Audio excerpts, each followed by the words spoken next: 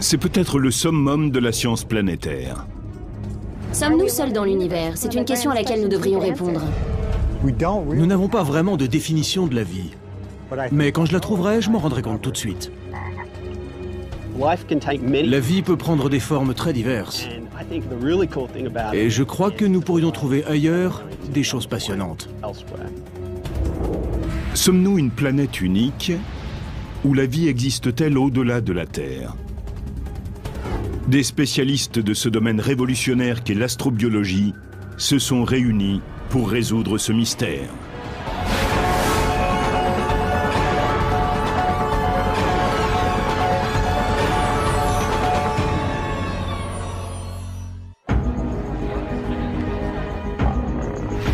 La vie est-elle rare dans l'univers ou l'espace est-il un zoo galactique qui grouille de toutes sortes de créatures? Tout le monde a une vision cliché des extraterrestres. Ils seraient de petits êtres gris avec de grands yeux et de petits nez. C'est possible, mais je ne le crois pas. Sur certaines planètes lointaines, il se peut que la vie soit très différente des microbes aux yeux ronds comme des soucoupes ou des monstres marins de science-fiction comme des raies manta galactiques. D'autres planètes abritent peut-être des organismes cybernétiques, à mi-chemin entre les créatures biologiques et les machines. Il y a un moyen de comprendre cette idée d'extraterrestre. C'est de tenter d'imaginer nos propres possibilités dans le futur. Peut-être l'humain possédera-t-il un jour les capacités de la machine? Je me sens déjà comme un hybride entre l'homme et la machine. Je veux dire que j'ai cet ordinateur portable que j'emporte partout avec moi et qui est vraiment comme un troisième hémisphère de mon cerveau. Mon corps même est en train de changer et de devenir une structure qui serait une personne utilisant un ordinateur. Au fond, je deviens un homo-ordinateur. L'univers est peut-être empli de formes de vie. Pour l'instant, nous n'en avons pas encore la preuve. Mais en attendant, on la cherche. Quand il s'agit de traquer la vie extraterrestre, le spécialiste des planètes et musicien David Grinspoon adopte un autre rythme.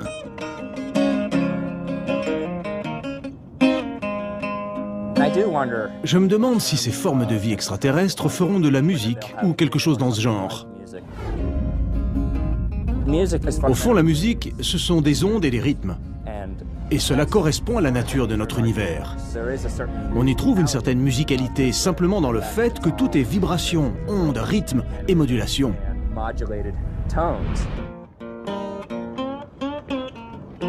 Quand je me laisse aller aux hypothèses les plus folles, j'imagine quelque chose comme la world music. Peut-être un jour mélangerons-nous nos cultures musicales avec celles des extraterrestres. Si vous parlez à plusieurs spécialistes, vous obtenez des visions différentes de l'astrobiologie. Mais beaucoup sont d'accord sur l'objectif. Nous voulons trouver des formes de vie ailleurs, et en même temps, nous apprenons beaucoup sur l'histoire de la vie sur Terre. Dans le domaine de l'astrobiologie, le but de la recherche, qui est de trouver de la vie sur d'autres planètes, permet déjà d'imaginer l'évolution de la vie sur Terre. Un des grands mystères non résolus est la façon dont la vie a commencé sur Terre. En l'élucidant, nous pourrions avoir une idée de la façon dont cela a commencé ailleurs.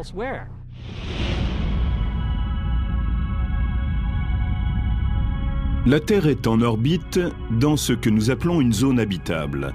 C'est une région de l'espace où les conditions sont favorables à des formes de vie, comme sur notre planète.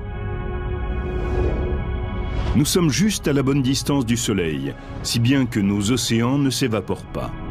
La température n'est ni trop chaude, ni trop froide. Et notre atmosphère contient de l'oxygène, ce qui nous permet de respirer. La Terre a été un paradis cosmique pour tous les types de vie, des plus petits organismes unicellulaires, comme la bactérie, jusqu'aux grands mammifères multicellulaires, dont l'homme. On pense que toutes les formes de vie terrestre descendent d'un ancêtre unique, un microbe datant d'environ 3,4 à 3,8 milliards d'années. Mais comment celui-ci est-il né? Cela reste une énigme. On peut tenter de trouver une réponse en examinant d'anciennes roches où les microbes ont laissé des traces de leur existence. La géologie est un outil essentiel pour comprendre les origines et l'évolution de la vie sur Terre. L'histoire en est presque entièrement gravée dans les pierres sur lesquelles nous marchons.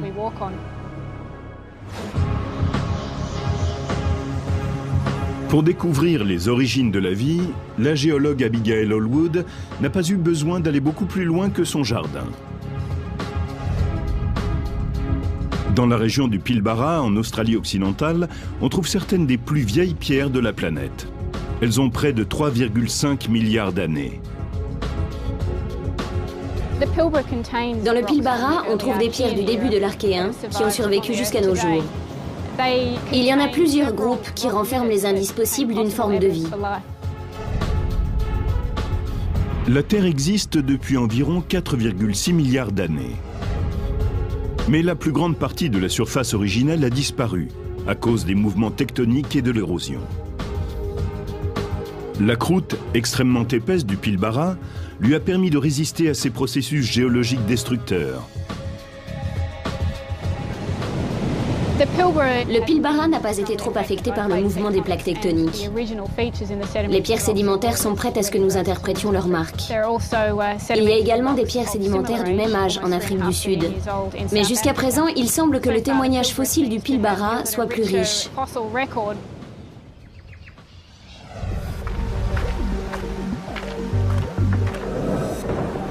Abigail Allwood a passé plus de 3 ans dans la région, a observé certaines de ces formations rocheuses et a étudié des structures inhabituelles qu'on appelle les stromatolithes.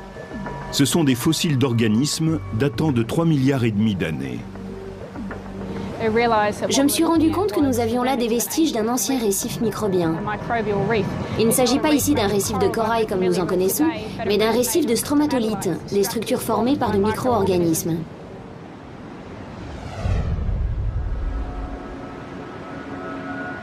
Les stromatolithes sont des structures rocheuses qui se sont formées au fond de la mer. Là, de fines couches de sédiments se sont accumulées en cônes, en dômes et sous d'autres formes au cours d'une longue période de temps avec l'aide de minuscules organismes. Le stromatolithe lui-même n'est pas vivant, c'est une structure composée d'éléments vivants. Lorsqu'on en découvre un dans un gisement fossile, c'est comme si l'on trouvait une empreinte de micro-organismes morts il y a longtemps. Il est rare de trouver des microbes fossilisés intacts dans d'anciens stromatolithes. Et sans cela, il est très difficile d'affirmer qu'on tient la preuve d'une forme de vie.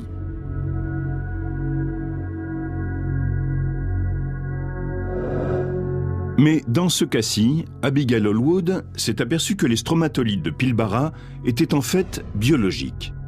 Elle a donc découvert les plus anciennes preuves de vie de notre planète. Ces stromatolithes sont une preuve convaincante de la forme de vie la plus ancienne que l'on connaisse sur Terre.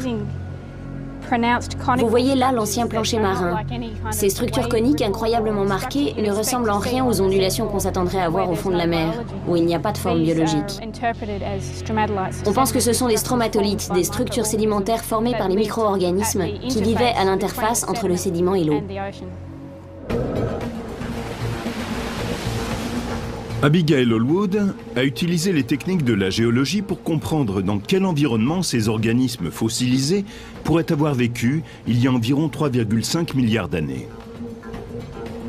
Les conditions qui régnaient ici juste avant que se forment les stromatolithes étaient assez semblables à ce qu'on voit là. C'était un littoral côtier rocheux. On sait que les stromatolithes n'existent que dans une eau peu profonde et l'on n'en trouve pas dans les zones d'eau profonde qui existaient à la même époque. Cet écosystème fossilisé nous donne un aperçu sur le passé et sur ce qui pourrait être les vestiges des premiers ancêtres de l'homme. Avec le développement de l'astrobiologie et grâce aux nouvelles techniques et façons d'interpréter les indices, nous pouvons dire en toute confiance que la vie est présente sur Terre depuis au moins 3 430 000 années. Mais la vie aurait-elle pu exister encore plus tôt sur notre planète ? C'est la plus ancienne preuve de vie, mais pas la preuve que nous soyons devant la forme de vie la plus ancienne. Nous n'avons pas de témoignages géologiques pour les 500 premiers millions d'années de l'histoire de la Terre. Il nous manque tout un tas de choses. Ce que ne disent pas ces éléments fossiles, c'est la façon dont la vie s'est formée au départ.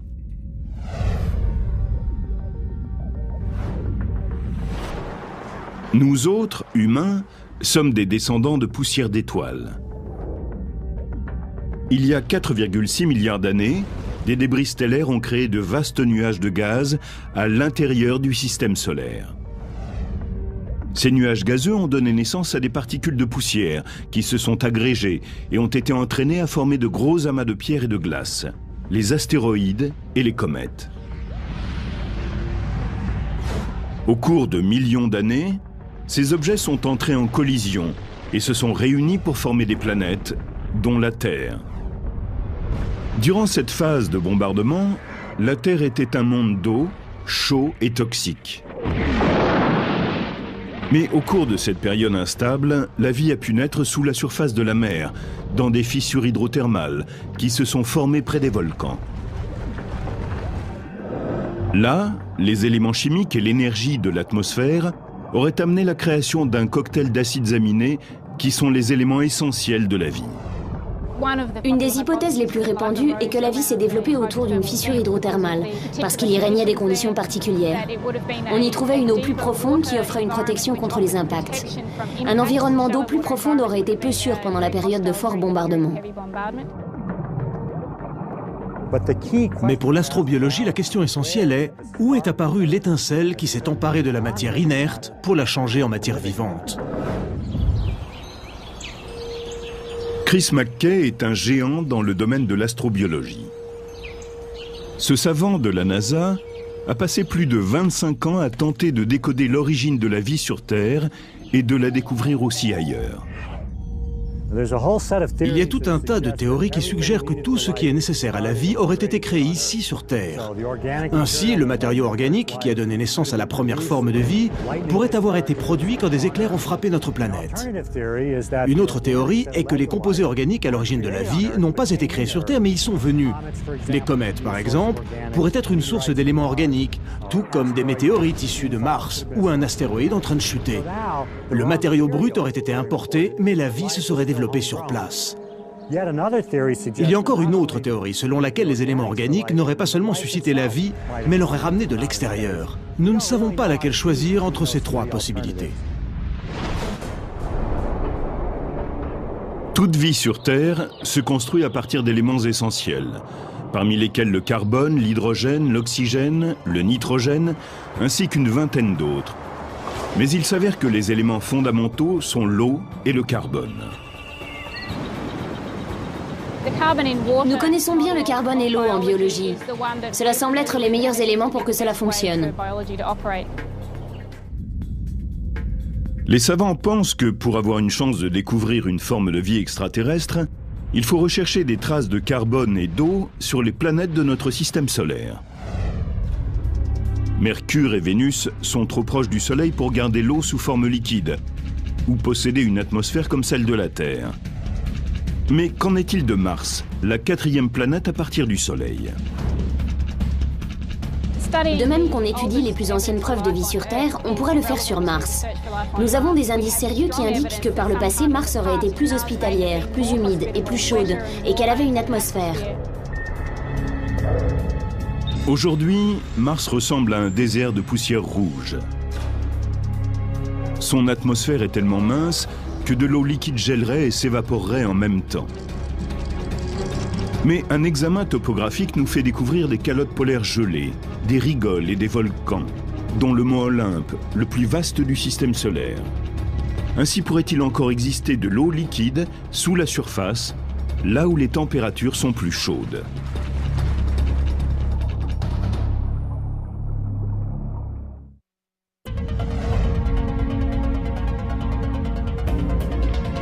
Les scientifiques pensent que la meilleure chance de trouver de la vie au-delà de la planète Terre serait d'aller voir juste à côté.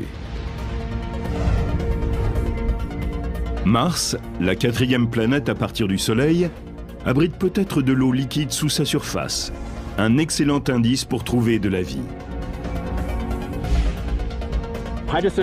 Il peut en effet exister un système hydrothermal sur Mars, car on y trouve d'immenses volcans. Nous savons qu'il y a encore plein d'eau sous la surface. Cette source de chaleur et cette source d'eau apporteraient tous les ingrédients nécessaires au développement d'une vie microbienne. Pour mieux comprendre la géologie de Mars, l'astrobiologiste Adrian Brown explore les points chauds de la Terre, en particulier le parc volcanique national de Lassen en Californie du Nord. La raison pour laquelle je m'intéresse au parc volcanique national de Lassen, c'est que dans ces zones de points chauds hydrothermaux, nous trouvons des minéraux qui n'existent nulle part ailleurs. Les minéraux riches en sulfate que nous voyons ici dans les strates des collines constituent des zones que nous pensons analogues à Mars. Le fait qu'ils soient actifs encore aujourd'hui nous permet d'avoir une idée de la façon dont ils favorisent la vie. Des sources hydrothermales chaudes se sont formées près des volcans. À grande profondeur, la chaleur ardente des chambres de magma volcanique propulse de l'eau brûlante et dissout les minéraux dans les fissures qui courent sous la surface. Puis, ils font irruption à la surface même. La source s'entoure alors d'un trésor de minéraux chargés d'énergie qui peuvent constituer un festin pour les microbes. La source hydrothermale que vous voyez derrière moi est exactement le genre d'endroit où nous aimerions nous poser sur Mars. Ce serait idéal pour que nous y trouvions des formes de vie, ou même qu'ils soient à l'origine de la vie. Dans cette zone, l'eau est remontée par des conduits, emportant avec elle des minéraux. Elle s'est ensuite répandue à la surface et a formé des dépôts qui constituent des sources d'énergie dont les microbes se sont nourris. Adrian Brown pense que si Mars est toujours actif sur le plan volcanique, on devrait y trouver des zones hydrothermales comme celle-ci. Des formes de vie y seraient nées et pourraient toujours exister juste en dessous de la surface. Mars est cette planète rouge que nous voyons en orbite. Mais sous une fine couche de poussière, nous avons découvert des quantités de minéraux riches en sulfate. Beaucoup de spécialistes pensent qu'ils ont été créés par hydrothermie.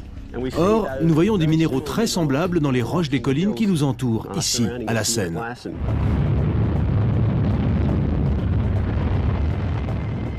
En 2006, la sonde de reconnaissance de la NASA, Gravity Probe, arrive sur la planète rouge.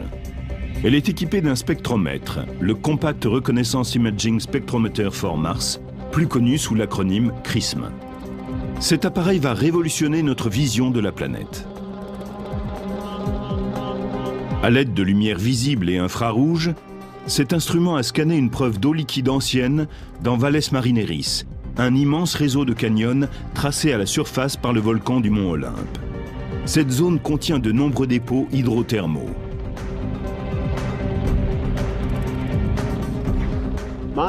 Mars ne semble pas très active en ce moment, mais il se pourrait que dans sa phase active, les eaux hydrothermales aient été chassées par les immenses volcans que nous observons aujourd'hui. Et la planète peut avoir vu la formation de systèmes hydrothermaux actifs comme ceux-ci et avoir amassé une couche de minéraux riches en sulfate sous sa surface.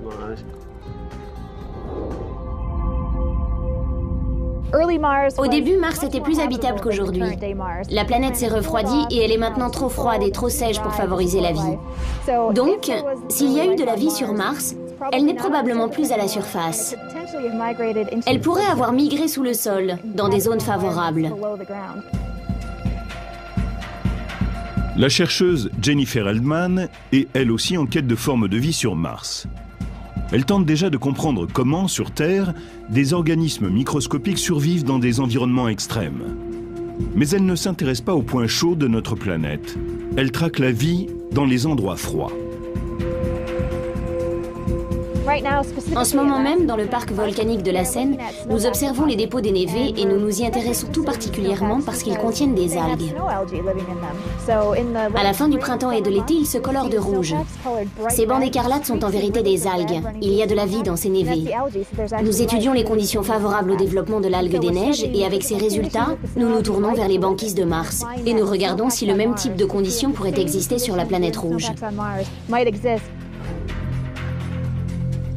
La mission de la NASA Mars Global Surveyor a découvert récemment des ravins martiens qui pourraient être des vestiges d'anciens névés. Nous les observons pour étudier ce phénomène.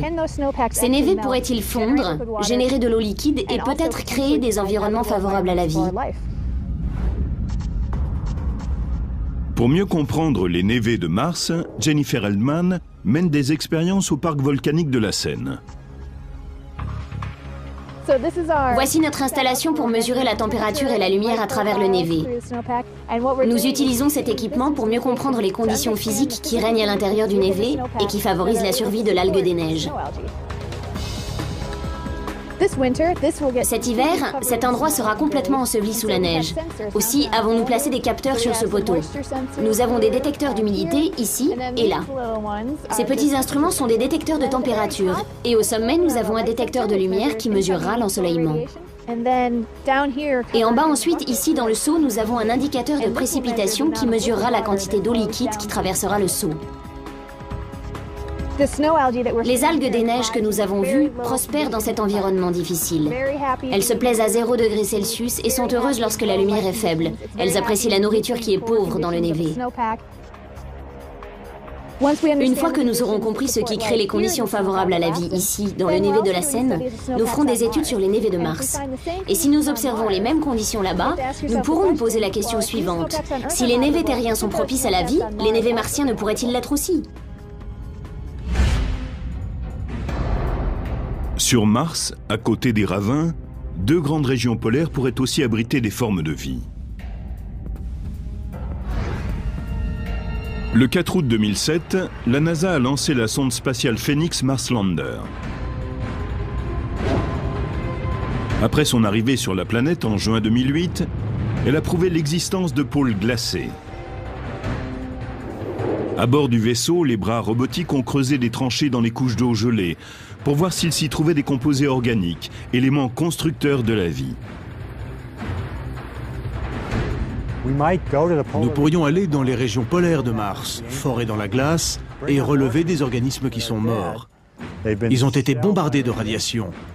Mais nous pourrions peut-être, en étudiant leur biochimie, les réparer et qui sait, les ramener à la vie. Mais si Mars contient de l'eau liquide, a-t-elle pu aussi abriter des vies animales plus importantes? Pour trouver des formes de vie comparables à celles qui sont sur Terre, les scientifiques recherchent la présence d'eau liquide et de carbone. Ce sont les ingrédients essentiels de la vie sur Terre. Mais y a-t-il d'autres éléments indicateurs? Certains pensent que la tectonique des plaques est nécessaire pour développer la diversité et qu'elles sont une protection contre les extinctions de masse. Sur Terre, c'est ce phénomène qui est à l'origine des continents. Sans eux, notre planète serait restée un monde aquatique et beaucoup d'espèces dont les humains n'auraient peut-être pas évolué. Mais la tectonique des plaques existe sur la Terre et non sur les planètes extraterrestres comme Mars. Comme Mars est plus petite que la Terre, il semble qu'elle est refroidie plus vite à l'intérieur, et cela avant que la tectonique des plaques ne puisse commencer. Heureusement, sur Terre, nous avons ce phénomène qui est comme un grand système de recyclage de notre planète. Il recycle les matériaux, l'atmosphère, ce qui est à la surface et en dessous. Mars n'a jamais connu cela.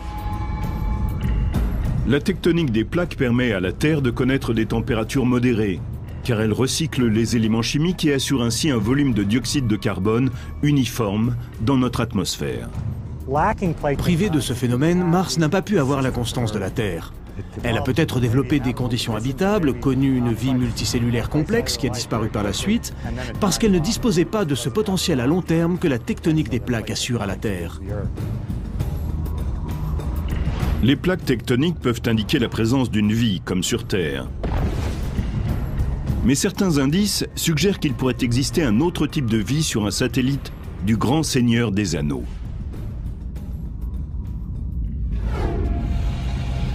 En 2004, la mission Cassini de la NASA a effectué des vols de reconnaissance autour de la géante gazeuse Saturne. Un an plus tard, le vaisseau spatial libérait sa sonde Huygens dans l'atmosphère de la plus grande lune de Saturne, Titan. Les images révèlent que Titan présente des caractéristiques semblables à celles de la Terre, telles que les cycles météorologiques et le volcanisme. Titan, la lune de Saturne, est un endroit très complexe avec des chutes de pluie, des fleuves, des saisons et une météorologie. Elle dispose aussi d'une atmosphère complexe et d'une chimie intéressante. Ce n'est pas comme chez nous, mais des flux d'énergie, des composés organiques ainsi que d'autres formes de vie pourraient s'y développer. Les images radars ont révélé la présence de lacs liquides sur Titan. Bien qu'il soit composé d'éthane et de méthane, il pourrait avoir la même fonction que l'eau sur Terre il y a 4 milliards d'années. Titan, la lune de Saturne, est un endroit vraiment très froid, que ce soit au sens littéral ou figuré. Il y fait tellement froid qu'il n'y a pas d'eau liquide. La glace là-bas serait aussi dure que la pierre. Mais il s'y trouve des éléments liquides, du méthane et de l'éthane, donc il peut y avoir de la vie. Peut-être n'a-t-elle pas besoin d'eau. Elle pourrait survivre dans un autre liquide, comme du méthane liquide.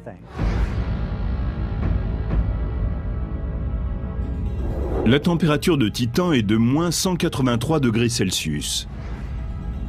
Mais son atmosphère est riche en nitrogène, qui produit des hydrocarbures restant à l'état liquide à des températures très basses. Il est donc possible que Titan convienne à un nouveau type d'extrémophiles, ces organismes capables de survivre dans les environnements extrêmes. Ici, il pourrait s'agir de cryophiles, des bactéries adaptées aux températures très basses et qui produisent de l'énergie à partir du méthane.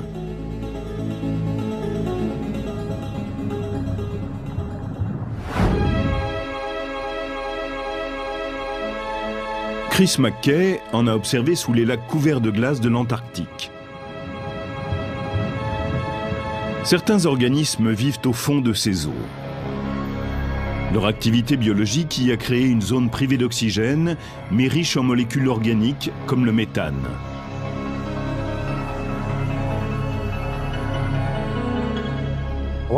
Il existe dans l'Antarctique un écosystème intéressant, ce sont les lacs gelés.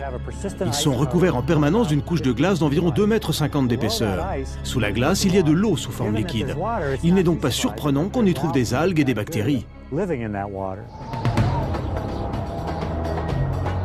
Comme l'Antarctique, les lacs de Titan peuvent aussi abriter des organismes extrêmes qui survivraient grâce au méthane. Et Titan n'est peut-être pas le seul satellite où il y ait de la vie. En 2003, la sonde spatiale Galileo de la NASA a pris des images d'Europe, le satellite de Jupiter. En les analysant, on a découvert qu'il y avait peut-être de l'eau sous la croûte gelée. Les scientifiques pensent qu'Europe possède un océan de plus de 75 km de profondeur. On y trouve aussi des signes d'activité volcanique. L'eau gelée pourrait être réchauffée au fond de l'océan par des conduits volcaniques jusqu'à devenir liquide. Cela favoriserait la production d'éléments chimiques nécessaires à la vie.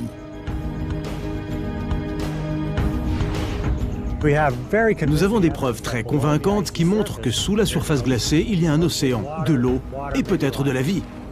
Nous savons également qu'il y a des sources d'énergie possibles sur Europe. Tous les ingrédients sont donc là pour développer des formes de vie. Europe est recouverte d'une couche de glace qui peut atteindre jusqu'à 9 km d'épaisseur. Il est donc peu probable qu'un vaisseau spatial soit en mesure d'atteindre cette eau liquide dans un avenir proche. Il serait réaliste de lancer une mission vers Europe pour chercher une trace d'organisme qui serait remontée à la surface à travers les failles et s'y serait déposée. Ces organismes seraient morts, mais ils auraient eu une existence biologique que nous pourrions étudier. Notre système solaire est rempli d'endroits intéressants. Dans notre quête de la vie, nous ne devrions en exclure aucun avant de l'avoir exploré à fond, car nous ne savons pas exactement ce que nous recherchons. Grâce à de nouvelles technologies, les astrobiologistes ont élargi leurs recherches. Ils s'aventurent maintenant au-delà de la Voie lactée.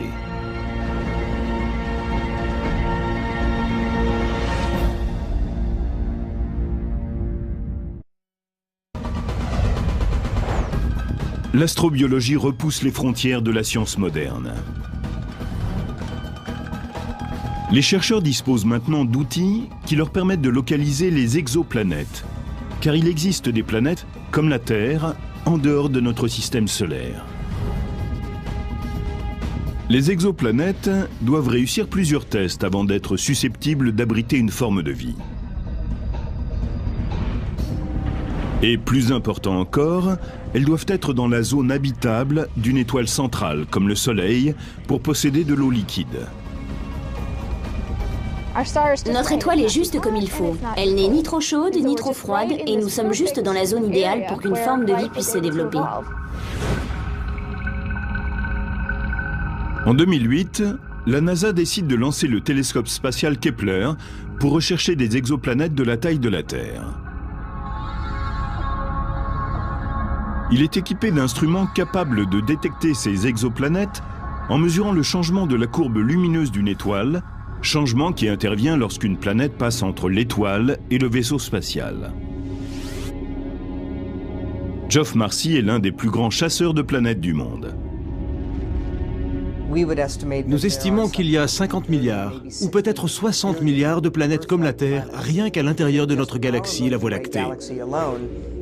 Et rappelez-vous que notre Voie lactée n'est qu'une des 100 milliards de galaxies qui lui ressemblent plus ou moins. Donc, le nombre de planètes comme la Terre dans notre univers est quasiment impossible à compter. Mais localiser une exoplanète ne représente que la moitié du combat pour un astrobiologiste. Au cours des 20 prochaines années, la NASA compte lancer le Terrestrial Planet Finder. Ce système de télescope spatial très sensible pourra déceler si une planète possède des gaz comme la vapeur d'eau, le dioxyde de carbone, le méthane et l'ozone, qui sont nécessaires pour qu'une forme de vie comme celle qu'on trouve sur la Terre puisse se développer. Une fois que nous avons cette image, nous pouvons en extraire la lumière de la planète, en disséquer toutes les couleurs ou longueurs d'onde, bleu, vert, jaune, rouge et même infrarouge, et les analyser pour avoir la composition chimique ou peut-être même biologique de cette planète. Nous pourrions trouver des signes de vie sous des formes variées, par exemple de l'oxygène. Quand il s'agit de produire la vie à plus grande échelle comme sur la Terre, une planète ou un satellite ont besoin d'oxygène. Il y a 3,4 milliards d'années, les organismes unicellulaires représentaient la seule forme de vie terrestre. Mais en absorbant l'énergie du Soleil, cette vie primitive a produit un pigment vert appelé la chlorophylle. Celle-ci a généré la photosynthèse, un processus chimique qui convertit le dioxyde de carbone et l'eau en énergie et rejette l'oxygène comme un déchet. Les organismes unicellulaires ont évolué en cyanobactéries, une des formes de vie les plus anciennes sur Terre. Les cyanobactéries ont rejeté de grandes quantités d'oxygène dans les océans et dans l'air. Une vie nouvelle a émergé, qui s'est diversifiée et développée jusqu'à créer de grandes espèces multicellulaires parmi lesquelles l'homme. Il n'y aurait pas d'oxygène dans notre atmosphère sans la flore qui le produit par photosynthèse. Sans cela, il oxyderait les pierres et disparaîtrait. L'oxygène est donc un biomarqueur pour la Terre. Si nous pouvions étudier une autre planète et détecter de l'oxygène dans son atmosphère, ce serait un signe important mais pas absolu. Ce serait simplement un élément qui nous laisserait supposer que cette planète a, elle aussi, une vie photosynthétique.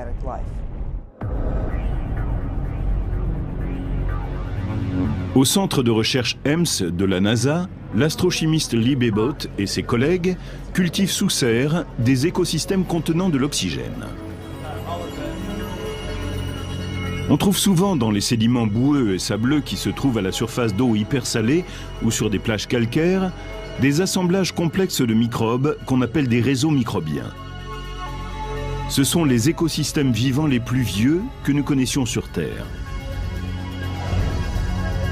Lee Babbitt veut savoir si ces microbes pourraient exister sur d'autres planètes, y produire de l'oxygène et permettre ainsi à la vie de se développer. Nous savons que c'est en commençant à produire de l'oxygène par photosynthèse que ces écosystèmes microbiens, en particulier les cyanobactéries, ont commencé à transformer notre atmosphère. Nous voudrions bien savoir comment cela s'est produit, comment a eu lieu la transition, comment ces microbes se sont adaptés et dispersés pour finalement donner naissance à autant d'espèces sur toute la planète. C'est important pour que nous sachions ce que nous irons chercher dans des endroits comme Mars ou d'autres planètes extraterrestres.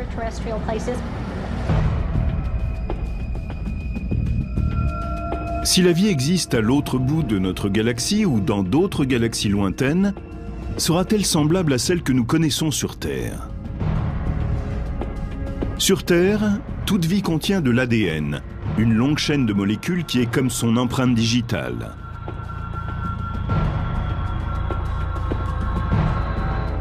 Elle permet à la vie de se reproduire et d'étendre ses activités. Mais existe-t-il des alternatives? Ailleurs, peut-être la vie est-elle elle aussi basée sur le carbone et l'eau, mais sans avoir besoin d'ADN. Peut-être utilise-t-elle un type tout à fait différent de molécules pour stocker l'information. Ce serait très intéressant à savoir. Et pourrait-il exister une forme de vie qui n'aurait besoin ni d'ADN, ni de carbone, ni d'eau? Il se peut que notre planète soit finalement ridicule comparée à d'autres. Peut-être certaines sont-elles beaucoup plus avancées que nous. Certains de mes collègues en recherche astrobiologique cherchent des formes de vie que je qualifierais méchamment de stupides. Ils recherchent essentiellement des microbes, ou quelque chose d'un tout petit peu plus grand.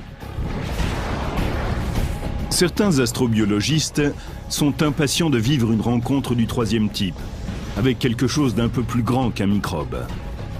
Ils recherchent une trace de vie intelligente, peut-être même plus intelligente que nous.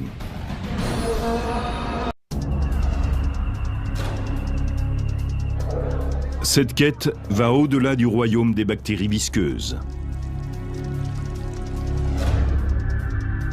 Une équipe d'experts en astrobiologie veut établir un contact avec quelque chose de plus grand. Bien sûr, le programme SETI recherche une forme de vie intelligente extraterrestre. Mais elle ne doit pas seulement être intelligente, elle doit avoir également des compétences technologiques. L'Institut de recherche d'une intelligence extraterrestre, connu sous le nom de SETI, utilise la technologie radio pour capter des émissions de civilisation extraterrestre. Se basant sur le principe que les humains ont besoin de communiquer, on pense que des populations extraterrestres pourraient, elles aussi, vouloir diffuser un message. Nous essayons de traquer des signaux, soit des ondes radio que nos antennes capteraient, soit des rayons laser lumineux. Ils pourraient utiliser de grands lasers pour envoyer des ondes lumineuses dans notre direction. Je ne suis pas un homme, je suis un microbe. Je suis aussi Seth Shostak de l'Institut SETI, dont la mission est de comprendre la nature et l'origine de la vie dans l'univers. Je suis Molly Bentley, bienvenue à l'émission Sommes-nous seuls? Nous vous rappelons qu'il y a plus de formes de vie que celles que vous voyez dans un zoo. À l'Institut SETI, l'astronome Seth Shostak anime une émission de radio régulière qui est ensuite podcastée. Où est-ce qu'on fichera le camp avec ces microbes? Tu en as déjà pas mal sur toi. Mais écoutons les microbes extraterrestres.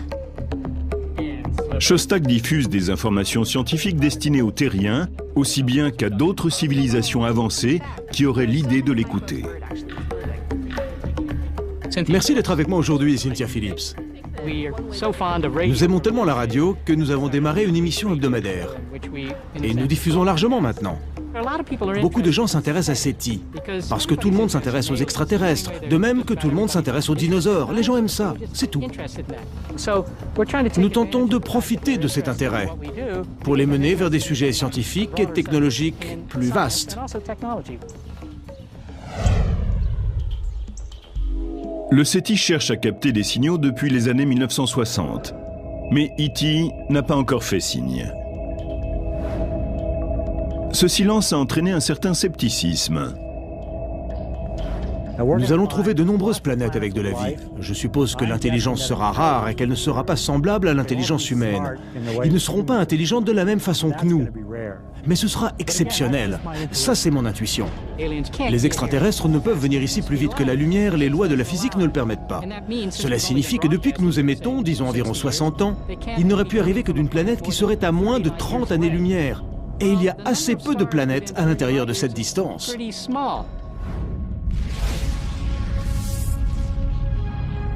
Notre univers est vieux de plus de 12 milliards d'années. La Terre n'existe que depuis 4,6 milliards d'années. Il y a donc des planètes qui ont des millions et même des milliards d'années de plus que nous. Et s'il existe des formes de vie au-delà de la Voie lactée, elles pourraient avoir des millions ou des milliards d'années d'avance sur nous. Je pense que si jamais des espèces vraiment intelligentes arrivent chez nous, elles nous regarderont comme des fourmis ou des bactéries, comme un type de vie primitive. Ceux que nous rencontrerons seront bien plus avancés que nous, ou en tout cas beaucoup plus anciens en termes de civilisation. S'il existe, au-delà de la Terre, des civilisations intelligentes, à quoi ressemblent-elles? Si nous découvrons dans l'espace une intelligence, elle aura dépassé le stade biologique pour atteindre celui de la machine. Je veux dire celui d'une machine pensante, qui aura 1 million d'années d'évolution de plus que nous. Personne ne sait comment elle sera. La seule chose, c'est qu'elle risque d'être extrêmement intelligente. Il n'y a aucune raison logique pour que des machines d'un autre monde ne viennent pas explorer notre planète, pour qu'elles n'entrent pas dans notre espace aérien et tentent peut-être même d'établir un contact avec nous. Quand nous trouverons une trace de bactéries ou de civilisation avancée, cette découverte d'une autre forme de vie changera totalement la façon dont nous pensons l'univers et dont nous nous voyons. Ce domaine reste l'une des plus grandes énigmes de tous les temps.